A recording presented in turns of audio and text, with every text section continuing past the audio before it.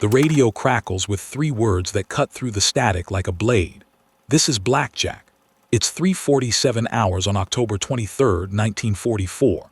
Somewhere in the forest along the German-Belgian border, 42 American paratroopers are trapped behind enemy lines, pinned down for 16 hours in a bombed-out farmhouse. An entire SS Panzer Grenadier battalion surrounds them. The Germans have spent all day fortifying their positions. And in 90 minutes, they'll launch their final assault. Nobody is coming. To save them, 2 rescue attempts have already failed, leaving 11 men dead and 2 Sherman tanks burning in the valley. Every senior officer at division headquarters agrees. A night rescue is suicide. Major William stands in the command tent, listening to Captain Frank's voice deteriorate from confident to desperate over 3 transmissions. Men jumped yesterday at dawn as part of a reconnaissance mission that went catastrophically wrong. Intelligence said the area was lightly defended. An entire SS Panzer Grenadier battalion had moved into the sector just 12 hours before the drop. "We've got 8 wounded who can't walk," his voice crackles through the radio. "Ammunition for maybe 2 more hours. They're bringing up armor. Request immediate extraction." The numbers are brutal. 2 rescue attempts have already failed. Charlie Company lost 11 men trying to punch through at dusk. A tank platoon got within 800 meters before German 88s knocked out 2 Shermans and sent the rest retreating. Makes the calculation every commander dreads. Send another company, lose maybe 30 men with only a 20% chance of success. Or wait until dawn for air support, by which time men will be dead or captured. He chooses neither. We wait for first light. Get the fighter bombers up at 600. What Major doesn't know is that 400 meters away, a 22-year-old private named Danny is lying awake in his tent, listening to every word. Knows that farmhouse. He knows the terrain. And he has an idea that will either get him court-martialed or make him a hero. Probably both. He's going to steal a tank. To understand why nobody believed could save those paratroopers, you need to understand who he was. Private First Class Daniel James enlisted on his 18th birthday, 3 months after Pearl Harbor. He washed out of officer candidate school after 6 weeks. His instructors wrote, "Too impulsive, doesn't follow established procedures. Shows poor judgment under pressure." He failed paratrooper training twice. Once for a landing injury. Once for insubordination when he questioned why they were jumping into a training zone he considered tactically unsound. He was right about the tactical assessment, which somehow made his superiors even angrier. By October 1944, had been with 3rd Armored Division Support Company for 8 months, working as a clerk and occasional mechanic's assistant. His personnel file contained 3 letters of reprimand, 2 Article 15s, and exactly 0 commendations. His platoon sergeant once told him, "You think too much and listen too little. That's going to get you killed or get someone else killed." But had something the officers lacked. He'd spent 6 months as a mechanic's assistant, which meant he knew 3 Sherman tanks sat in the motor pool just 200 meters away, fully fueled. He'd patrolled that sector 2 weeks ago and knew about a logging trail that approached the farmhouse from the northeast, an angle the Germans weren't watching because everyone assumed it was impassable. And had listened to his voice on that radio, was from Pennsylvania too. He'd mentioned it during a joint training exercise. Had a wife named Sarah and a 4-year-old daughter named Emma. Had seen the photograph. At 3:15 hours, while Major slept and the motor pool guard was checking a perimeter report, Danny made his decision. He was going to steal a tank. Had spent the last 3 hours planning every detail. He knew patrol routine down to the second. He knew which Sherman had the most fuel, which one had the best maintained engine, which one sat closest to the eastern exit. He'd memorized the route from the motor pool to the logging trail, every turn, every landmark. He'd even calculated the timing, 12 minutes to steal the tank, 18 minutes to reach the trail, 22 minutes through the forest, 8 minutes across the kill zone. 40 men would be alive or dead based on whether he could execute this plan in 60 minutes. No margin for error, no backup plan, no second chances. Stands in the shadows 50 meters from the motor pool, watching Corporal make his rounds. Is predictable. Every 20 minutes, he walks the full perimeter, which takes him out of sight for approximately 4 minutes. Waits, his heart hammers. This is court-martial insane. This is potentially firing squad insane, but has maybe 90 minutes before the Germans assault that farmhouse. And knows the logging trail approach could work. At 3:22 hours, disappears around the eastern edge of the motor pool. Moves. He's across the open ground in 15 seconds, ducking between two. The 3 Sherman tanks sit in a neat row. He chooses the middle one. Serial number 3,087,954. He doesn't know it yet, but this tank will later be called the Lucky Tank. The driver's hatch is unlocked. Standard protocol for vehicles on standby. Drops inside into a space so cramped his shoulders touch both sides. The driver's compartment of an M4 Sherman is 39 inches wide, is 511 and 170 pounds. It's like climbing into a metal coffin. The smell hits him immediately. Oil, gunpowder residue, old sweat. The previous crew's coffee cup still sits in its holder, half full and cold. Their names are stenciled on the instrument panel. Mitchell, Davis. 5 men who normally operate this machine. Is one. But he's been a mechanic's assistant for 6 months. He knows this machine better than most tankers. Fuel selector valve to main tanks. Master battery switch on. Booster coil engaged. Primer switch. He counts the strokes carefully, exactly 12, no more, no less. Too few and the engine won't catch. Too many and he'll flood it. His hands are shaking, not from fear exactly, but from the weight of what he's about to do. Once he starts that engine, there's no going back. He'll be a thief, a deserter, a mutineer, unless he succeeds, in which case he'll be a hero. The line between those two things is about 3 kilometers of German-held territory. Now comes the moment that will either wake up the entire base or save 42 lives. He presses the starter. The Continental R975 radial engine coughs once, twice. Then it roars to life with a sound like thunder trapped in a metal barrel. Doesn't hesitate. He's already thrown the clutch, found first gear, released the parking brake. The Sherman lurches forward. What nobody knew yet was that this wouldn't be his last trip through that valley tonight. 30 seconds. That's how long it takes before someone realizes what's happening. Hears shouting behind him, but he's already passed the motor pool gate, turning toward the access road that leads to the perimeter. The Sherman weighs 33 tons and tops out at 25 miles per hour. At this moment, it feels like driving a house.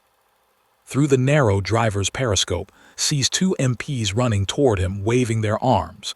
He doesn't slow down, can't slow down. Every second counts. The MPs dive out of the way at the last moment. Reaches the perimeter checkpoint at 3:28 hours. The guard at the gate is Private First Class Mike, who served within basic training. Stands in the middle of the road, M1 raised. For 3 seconds, they stare at each other through the driver's periscope. Then steps aside and waves him through. He'll be questioned for 6 hours about that decision. Years later will say, I looked its face through that periscope. I knew where he was going. I knew why. What else could I do? The logging trail starts 2 kilometers from the American perimeter. Has driven cars, tractors, even during training.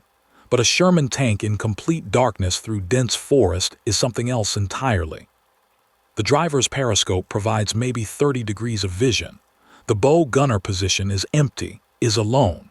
Everything outside that narrow cone is blind intuition. The trail is 7 feet wide, maybe 8. A Sherman is 8 feet 7 inches wide. Navigates by memory and instinct, left around the massive oak, right at the stream bed, straight through the old German position. The Sherman's engine roars, but the forest muffles the sound. At 3:51 hours, the trail narrows further. Ancient trees crowd both sides. The tank wedges so tightly that branches scrape against both sides simultaneously, creating a continuous shriek of wood against metal. For 50 meters, holds his breath. If the tank gets stuck between these trees, he's dead. But the Sherman keeps moving. The trail widens. And suddenly, through the trees ahead, sees the farmhouse. The building sits surrounded by 300 meters of open ground. German positions ring the area, muzzle flashes from machine guns, occasional flares illuminating the defensive perimeter. This is the kill zone that destroyed 2 previous rescue attempts. Checks his watch, 3:56 hours. Men have maybe 40 minutes of ammunition left. No time for reconnaissance. No time for anything except what comes next. He shifts into third gear and accelerates straight toward the farmhouse. The German MG-42s open fire immediately. Rounds ping off the Sherman's frontal armor like hail on a tin roof. Keeps moving, heading directly toward the farmhouse. Tracer rounds arc through the darkness. Then the mortars start. The first round lands 20 meters left. The second, 15 meters right. They're bracketing him, adjusting their aim. Zigzags, left, then right. The mortar round that should have destroyed him detonates where the tank was 3 seconds ago. The Sherman crosses 200 meters in 30 seconds. At 100 meters from the farmhouse, the 88 gun opens fire. The German 8.8 flak gun, adapted for anti-tank use, is arguably the most feared weapon on the Western Front. It fires a 20-pound armor-piercing round at 2,600 feet per second. At this range, less than 100 meters, it can punch through a Sherman's frontal armor like tissue paper. The Sherman's frontal hull armor is 51 mm thick at a 56-degree angle. The 88's penetration capability at this range is 150. The math is simple and brutal. Sees the muzzle flash from the 400 meters away. The flash appears as a yellow-white bloom in his periscope, there and gone in a fraction of a second. Between the flash and the impact, he has perhaps half a second to react. Maybe less.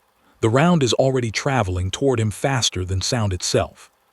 He jerks the control levers hard right, all his strength into the movement.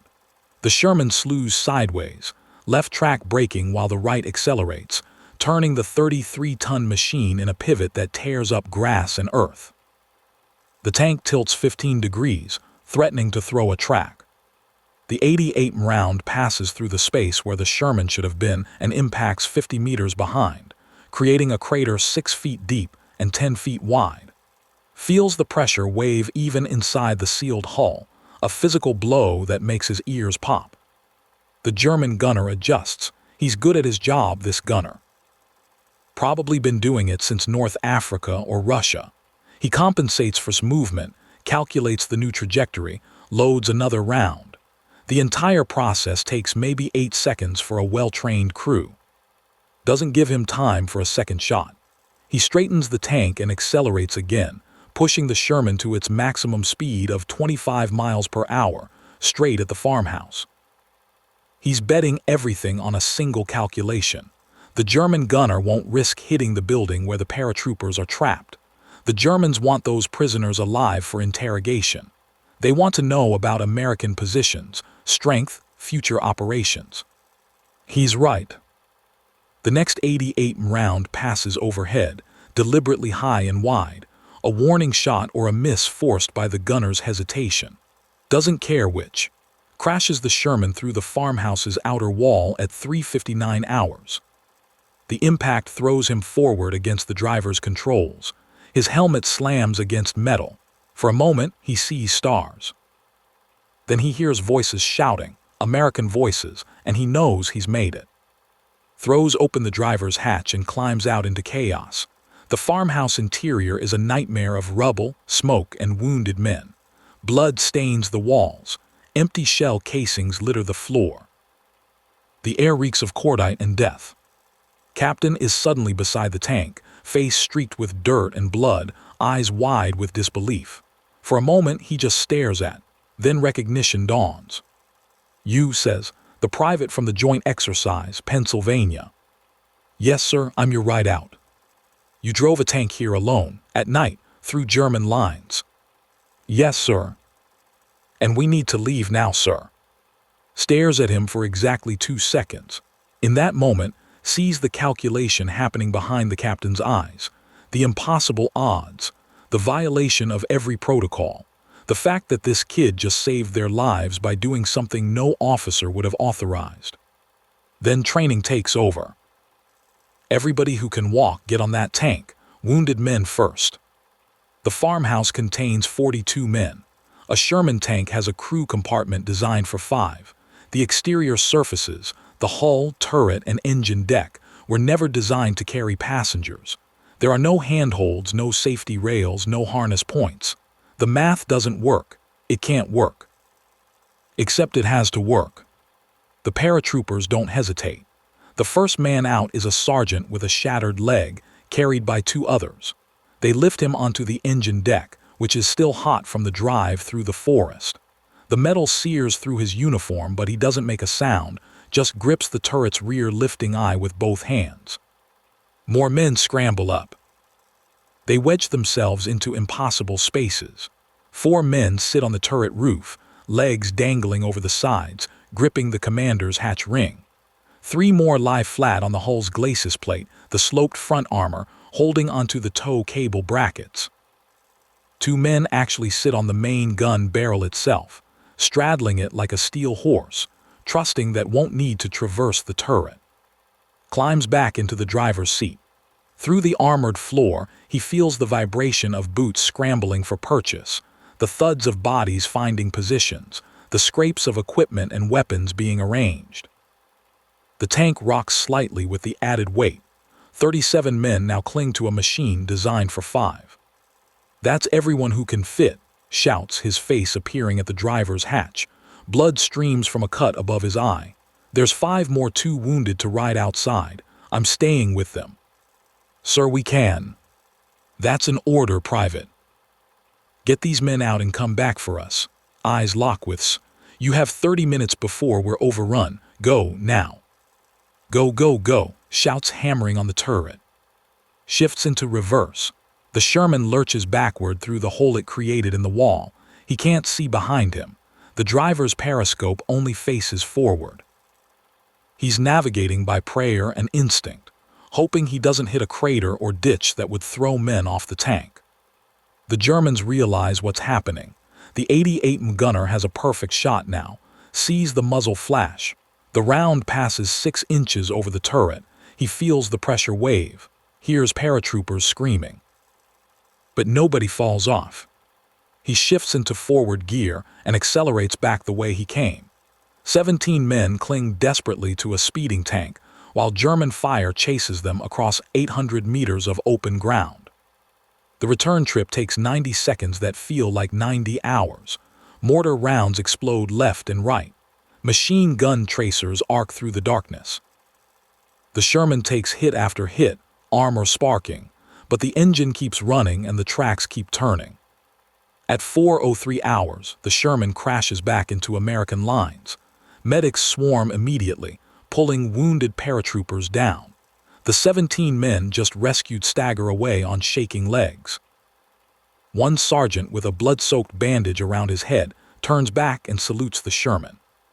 Doesn't see it. He's already turning the tank around. "What are you doing?"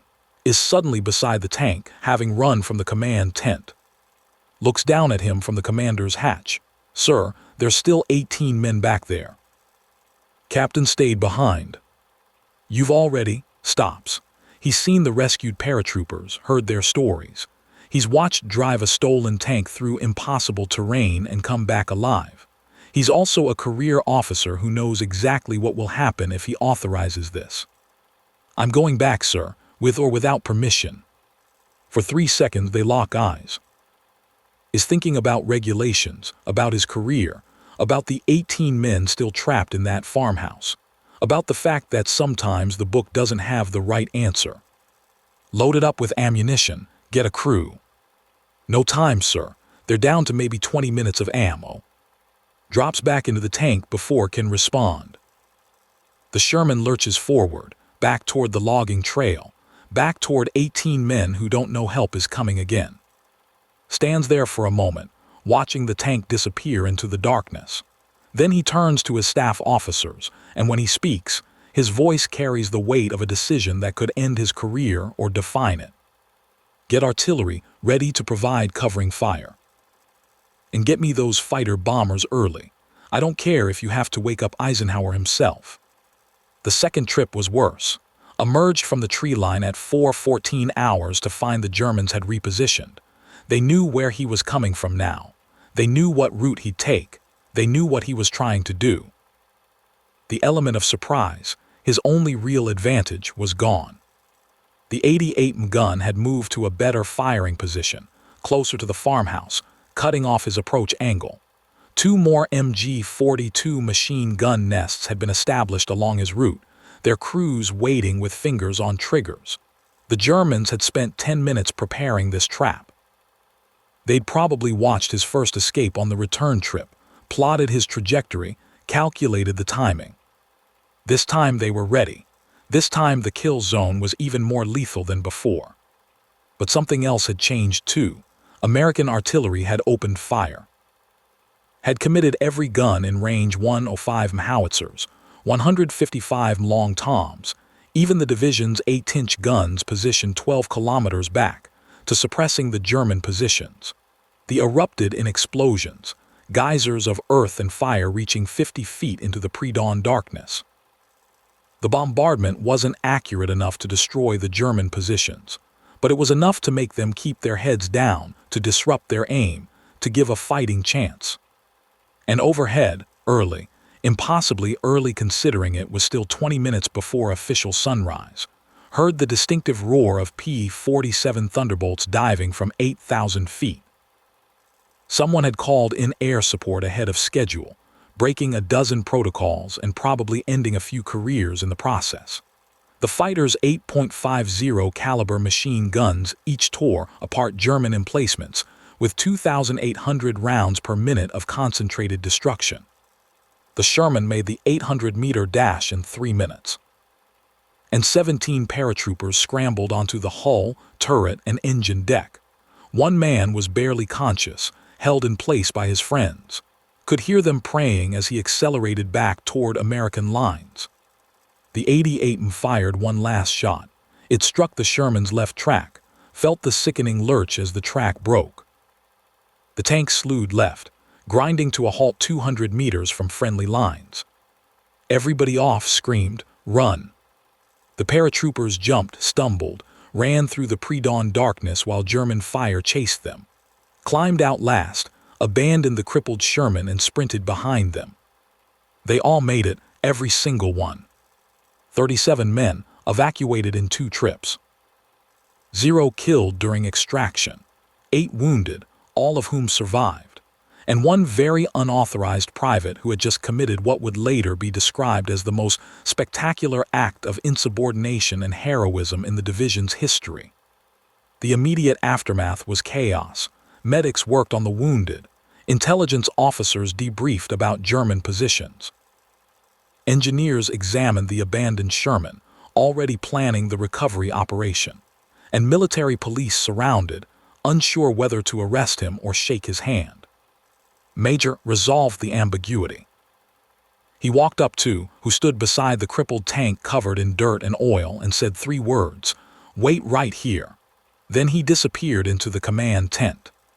For 20 minutes, stood in the pre-dawn darkness, watching medics load wounded paratroopers into ambulances, watching brief officers using a hastily sketched map, watching the sun begin to color the eastern horizon.